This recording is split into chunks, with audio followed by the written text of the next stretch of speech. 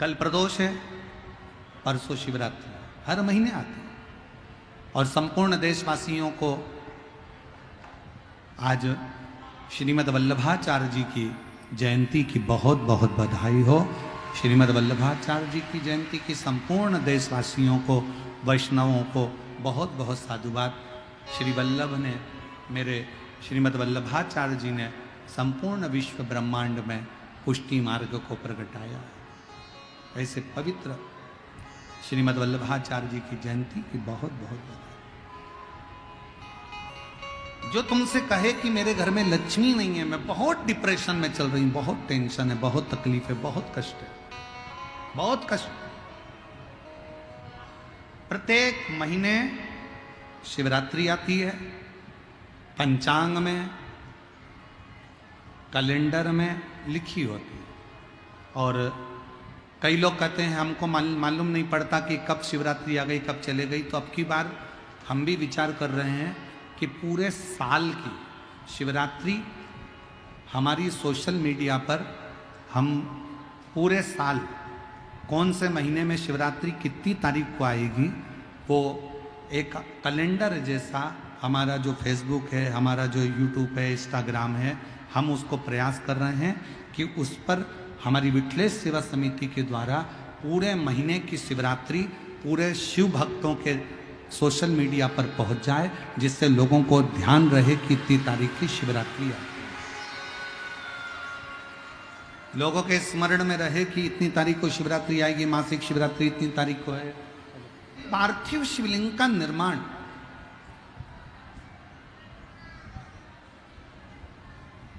पार्थिव शिवलिंग का निर्माण महाराज प्रत्येक घर में हर महीने, भले गमले में करो, थाली में करो, पूजन के स्थान पर करो, पर पार्थिव लिंग का निर्माण होना चाहिए प्रत्येक महीने। और फिर निवेदन करें, जिसकी जिंदगी में कर्जा ही कर्जा डूबा हुआ है, कर्जे में लदा लूम हो और कोई उन्नति हो ही नहीं रही, बहुत कष्ट में हो गए, तो प्रदोष के दिन बेलपत्री के वृक्ष के नीचे दीप लगाएं, शिवजी के मंदिर में जाकर दीप लगाएं और अपने घर के दरवाजे पर दीप लगाएं। प्रदोष के दिन बेलपत्र के वृक्ष के नीचे लगाया गया दीपक, शिव मंदिर में लगाया गया दीपक और अपने दरवाजे पर लगाया गया दीपक, ये तीनों जब एकाग्रित भाव से दीप लगाए जाते हैं तो ब्रह्मा विष्णु महेश हमारे कार्य की सफलता देते ही हैं। उसमें अटकल नहीं है, उसमें तकलीफ नहीं है।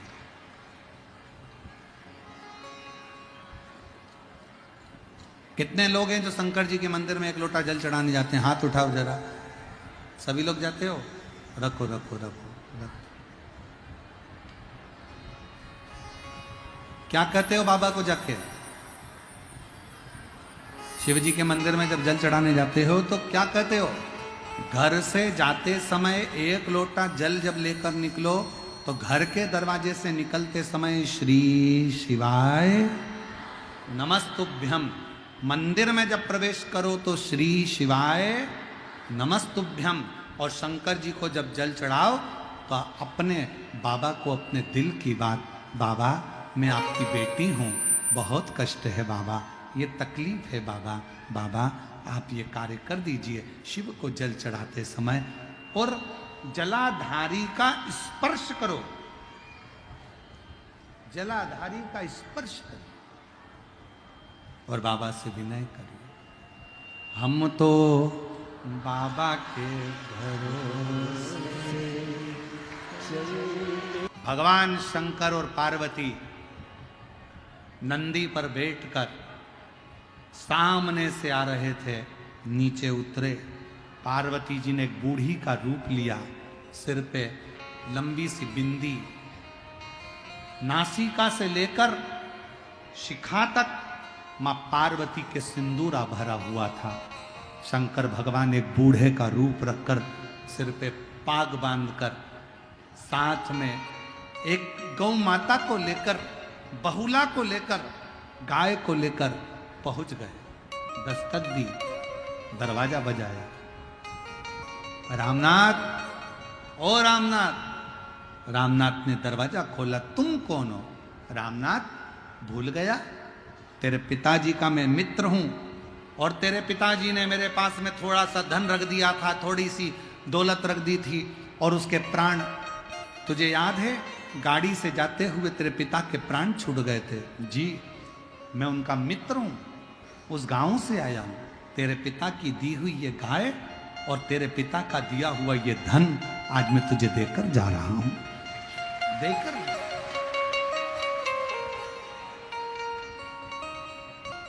ये तेरे पिता ने दिया था, मेरे पास तो रखा हुआ था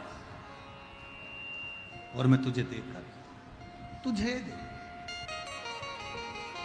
अरे कितनी, जरा विचार करिएगा। एक नियम, अगर आपने पार्थिव लिंग के निर्माण का बना लिया, पार्थिव शिवलिंग के निर्माण का यदि एक नियम बना लिया कि प्रत्येक महीने की शिवरात्रि पर मुझे पार्थिव लिंग बनाना है, पूजन करना है। मैं बहुत दुखी हूं, बहुत कष्ट है, बहुत बीमारी है, घर में 1 रुपया नहीं है, कर्जे में लदालुम हो गई। 2 महीना, 3 महीना, 4 महीना अगर सच्चे मन से बाबा का विश्वास के साथ अगर पूजन करा है तो 5वें महीने में तो बाबा धन देकर ही मानेगा, वैभव देकर ही मानेगा, आपके हृदय की बात सुनकर ही रहे।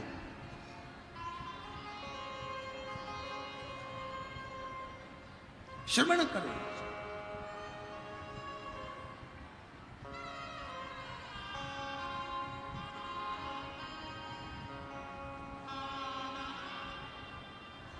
जयपुर की भूमि पर जब 1 मई से 7 मई तक कथा होगी, दोपहर में 1 बजे से 4 बजे तक विद्याधर नगर स्टेडियम में, जब जयपुर के लोग और आसपास के लोग कथा सुनने आएंगे और आप लोग टीवी पर जब कथा सुनेंगे तो उसमें एक प्रसंग सुनिए। उसका एक प्रसंग है,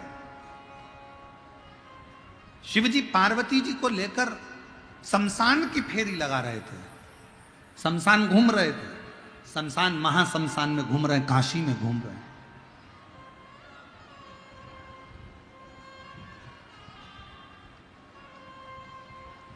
और एक छोटा सा बच्चा अभिमन्यु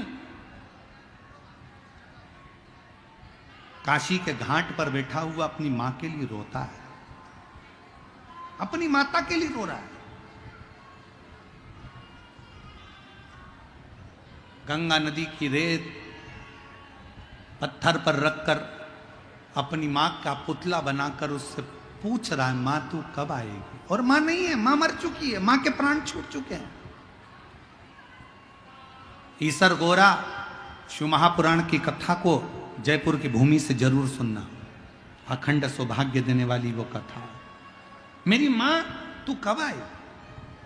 पार्वती जी तो कुछ नहीं बोली, शंकर जी को लगा कि मेरे शिवलिंग की पूजन कर रहा है, पर वो मां का पुतला बना रहा था, बालू रेत से, गंगा की नदी की रेत से बालू का पुतला बना रहा था अपनी मां का। और शंकर को लगता है कि मेरा शिवलिंग का निर्माण करा है। शंकर भगवान उसी समय पर पार्वती जी को आज्ञा देते हैं, पार्वती जाओ इसकी मां बनकर इस बच्चे को गोदी में बिठाकर इसका लाड़ लड़ाओ और इसकी परवरिश करो। पार्वती जी कहती हैं ईश्वर जी से, गोरा जी कहती हैं कैसी बात करते हो भोलेनाथ, ये अपनी मां का पुतला बनाया और तुम कह रहे हो कि शिवलिंग? कुछ भी हो, मिट्टी का ढेला बनाया है, मतलब मेरा शिवलिंग का निर्माण करा है। अब मेरी इस मूर्ति का उसने निर्माण करा, इसलिए इसका लालन पालन तुम्हें करना पड़ेगा। पार्वती जी उसकी मां का रूप रख कर जाती हैं, गौरा उसका मां का रूप रख कर जाती हैं और बच्चे का, अभिमन्यु का पालन पोषण करती हैं। बच्चा जब बड़ा हो जाता है तब माता उसका सारा वैभव देकर, संपदा देकर पुनः कैलाश धाम पर आकर विराजमान हो जाती हैं। वो ईश्वर जी और गौरा जी की कथा है। एक निवेदन आप सबसे करेंगे, दुख है ना थोड़ा सा अगर आपके जीवन में, शिव जी को आप जल चढ़ाना चालू कर दीजिए।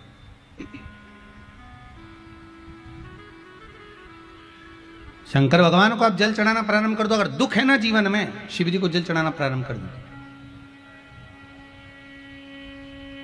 और एक निवेदन और करेंगे, अगर दुख समाप्त ही नहीं हो रहा है, कोई बीमारी एक पूरी होती है, दूसरी लग जाती है, दूसरी बीमारी पूरी होती है, तीसरी लग जाती है, तीसरी बीमारी पूरी होती है, चौथी लग जाती है।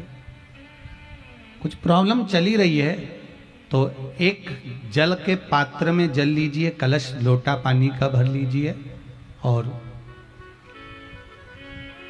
उस पात्र में चावल के 2 दाने डाल लीजिए, अक्षत के 2 दाने डाल। घर में से लेकर जाओ, थोड़ा सा जल बेलपत्री के वृक्ष के नीचे डाल दीजिए, थोड़ा सा जल पीपल के वृक्ष के नीचे डाल दीजिए और थोड़ा सा जल या तो आंवले का पेड़ मिल जाए या शमी का वृक्ष मिल जाए, शमी का वृक्ष मिले या आंवले का वृक्ष मिले, उसके नीचे डाल दीजिए। करते हुए कहा था कि नाथ इसमें एक नेत्र मेरा है, अर्थात हम भगवान शंकर को रोज अपना नेत्र नहीं दे सकते, हम शंकर को अपना नेत्र निकाल कर नहीं दे सकते, हम शंकर को रोज कमल समर्पित नहीं कर सकते, हम शंकर को रोज नूतन पुष्प समर्पित नहीं कर सकते। तो बेलपत्र कमल का भी काम करती है, बेलपत्र नूतन पुष्प का भी काम करती है और बेलपत्र नेत्र कमल का भी काम करती है जो भगवान को समर्पित की जाए।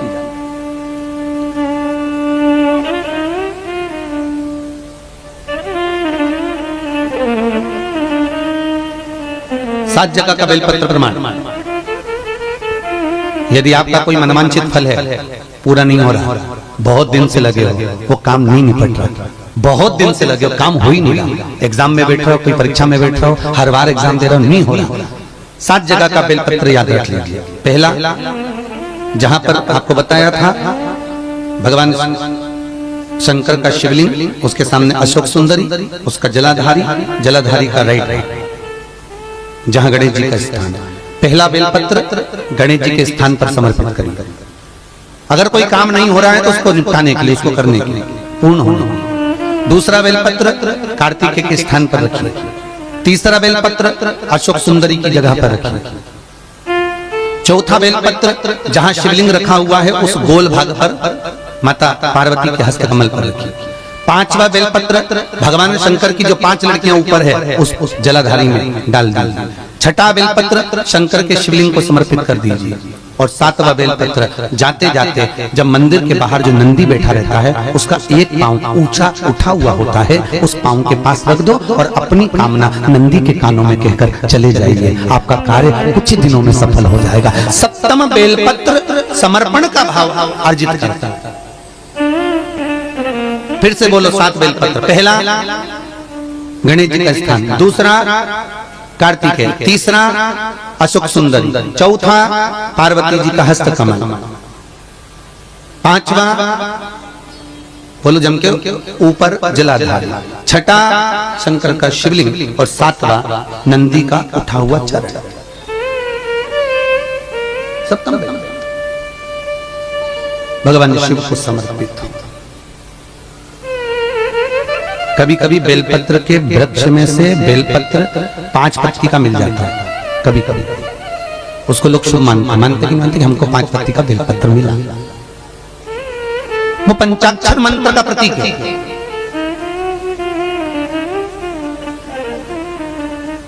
भगवान शिव अगर मान लो 5 पत्ती का बेलपत्र आपको अगर प्राप्त हो जाता है तो उस बेलपत्री पर ओम नमः शिवाय, ओम नमः शिवाय, ओम नमः शिवाय लिखकर भगवान शंकर के शिवलिंग पर समर्पित कर देना चाहिए। ऊपर से थोड़ा सा शहद चढ़ा देना चाहिए, शहद चढ़ाकर जल समर्पित कर देना चाहिए। उसी बेलपत्र को लेकर अपनी कामना कर कर घर आ जाना चाहिए। वो पंचाक्षर मंत्र का पूर्णता का भाव देने वाला बेलपत्र होता है। पूर्णता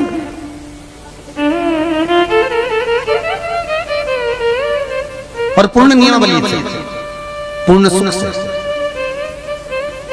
जैसे छोटे छोटे बच्चों को माता है डांट कर डपट कर भोजन कराती है, तुम देखा होगा। पहले के समय में तो बच्चे ऐसे ही प्रेम से भोजन कर लेते थे। आज के जमाने में तो जैसे युद्ध पे लड़ने जा रहे हो उतनी पूरी तैयारी करना पड़ती बच्चों को भोजन कराने से पहले। पूरी युद्ध की तैयारी, लाओ जैसी बच्चा आता है वैसी तैयारी। तू जेठानी बोलती है कि देवरानी से काम कर, तू बच्चों को खाना खिला दे, मैं रोटी बना लूं, मेरे बस की। देवरानी कहती है तुम चिंता मत करो, तुम रोटी मैं बनाती हूँ अभी बैठती हूँ। और वो भोजन कराने बैठती और पाँव में दमोच के और बड़ी मुश्किल से मुंह में ठूस ठूस कर खिलाती है, और बच्चा खाता नहीं, फिर उसको मोबाइल देना पड़ता है, फिर वो चेक करता है, खेलता रहता है, और उसके मुंह में निवाला डाला जाता है, टीवी चालू कर दी जाती है, फिर मुंह में कुछ खिलाया जाता है, फिर माँ दौड़ दौड़ के खिलौना देती है, कहीं बॉल से खिलाती, फिर खाना खिलाया जाता है। ऐसे बच्चों को इस तरह से खिलाने से कोई लाभ नहीं है, उसको कुछ मिल नहीं रहा, शरीर में कुछ लग नहीं रहा। उसके लिए केवल एक ही काम, सोमवार के दिन कोई बच्चा जो चीज खाता हो, वो चीज जो बच्चे को अच्छी लगती हो, वो वस्तु, वो भोजन एक पीपल के पत्ते पर, काय पर लेके जाने, जम के बोलिए, पीपल के पत्ते पर रखकर शंकर जी को भोग लगा दो, अशोक सुंदरी वाले स्थान पर, ठीक है। शिव जी पे से उसको घुमा लीजिए, ले आए, जब घर पर आओ, घर के बाहर उसको देहली पर, थोड़ा सा देहली के पास में, उसमें से थोड़ा सा निवाला दीजिए, ठीक है। उस चीज को बच्चे को एक बार में खिला दीजिए। बच्चे को कभी अलग से ठूस ठूस के खाना खिलाने की जरूरत नहीं पड़ेगी, वो मुंह से मांग कर खाएगा, मम्मी मुझे भूख लग रही है, मुझे भोजन, उसकी रुचि का है। तुम ऐसे ठूस ठूस के मार कर कूट कर अगर कुछ खिला रहे हो तो उसमें श्रेष्ठता नहीं, उसकी रुचिता होना चाहिए। और उस रुचिता में जो भोजन करेगा, उस रुचिता में वो जो रस लेगा, उसका सुख ही दूसरा, बस वो सुख महाराज। तो हमारा समर्पण भाव का होना चाहिए, बिना भाव का नहीं, बिना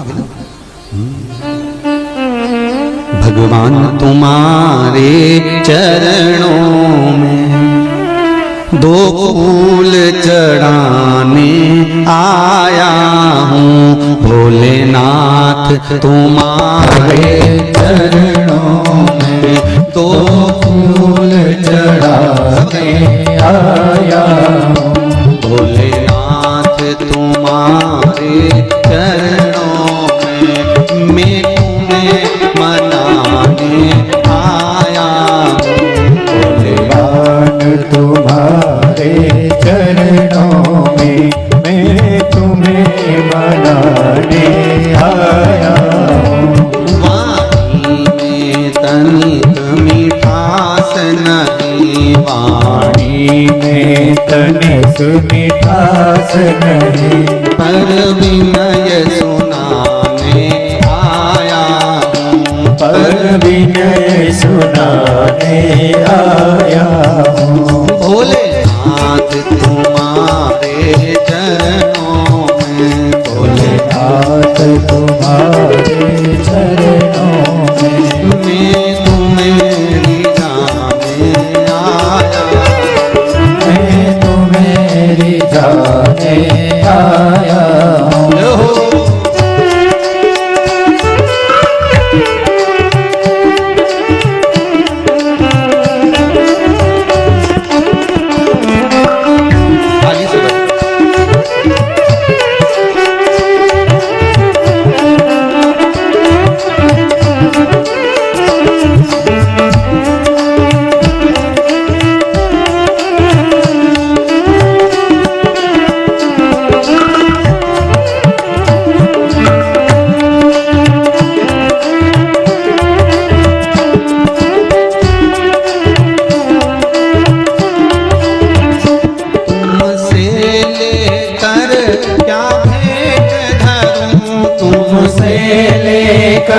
क्या भेंट धरूं, तुमसे लेकर क्या भेंट धरूं, तुमसे लेकर क्या भेंट धरूं, भोलेनाथ तुम्हारे चरणों में, भोलेनाथ तुम्हारे चरणों में, ओ शंभुनाथ तुम्हारे चरणों में, ओ शंभुनाथ तुम्हारे चरणों में, तीनों के दोनों प्यालों में, तीनों के दोनों प्यालों में, तीनों के दोनों।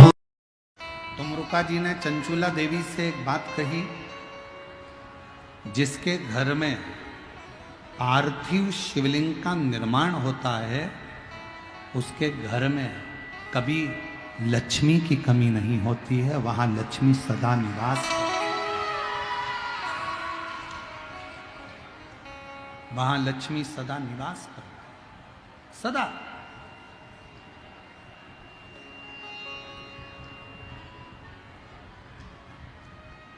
और मेरी जीजियों, जितनी मेरी बेटियां बैठी हैं, माताएं बैठी हैं, मेरे भाई जितने बैठे हैं, जितने मेरे जीजी बैठी हैं, जितने मेरे जीजा बैठे हैं, उनसे निवेदन करूंगा, महीने में, 2 महीने में, 4 महीने में, 6 महीने में ऐसा नियम बनाओ कि मिट्टी अपने गमले में से लेकर, भले गमले के अंदर ही शिवलिंग का निर्माण कर लो, उसकी पूजन कर लो, दिया लगाकर, जल चढ़ाकर बाबा से प्रार्थना कर लो, और उसी मिट्टी को वहीं गमले में ही विसर्जन कर।